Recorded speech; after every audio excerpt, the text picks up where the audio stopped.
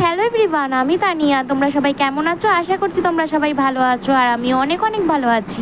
আজকে আমি তোমাদের সাথে শেয়ার করব আমি সারাদিন কি করি।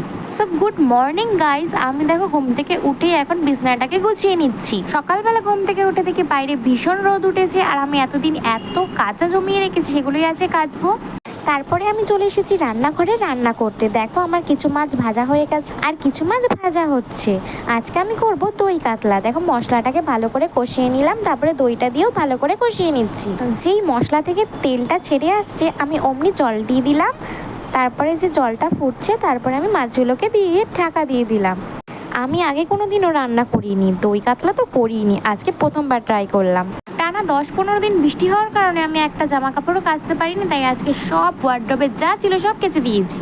এখন বাজে ওই প্রায় 12:30টার মতন। এখন আমি কেচে কুচে ঘরে ঢুকলাম। এখন আমি খাবো সকালের ব্রেকফাস্ট। তারপরে আমি ঘরটাকে ভালো করে মুছে নিলাম। তারপরে আমি বোতলে জল ভরে নিয়ে আসলাম, আর অল্প কটা বাসন ছিল আমি সেটাও মেজে ফেললাম। আর আমি এদিকে সারাদিন ঘরের কাজ করি, আর আমার বর এদিকে শুয়ে শুয়ে শুধু ল্যাদি খায়। মোটামুটি ঘরের সবই কাজ হয়ে গেছে, চলো এবার স্নানটা করে আসি। আমি এই বাড়িতে আসার পর থেকে যে সারাদিনটা আমার কিভাবে চলে যায় সেটা আমি নিজেই বুঝতে পারি না। তো দেখো স্নান করা আমার হয়ে গেছে, আমি ঘরে চলে এসেছি।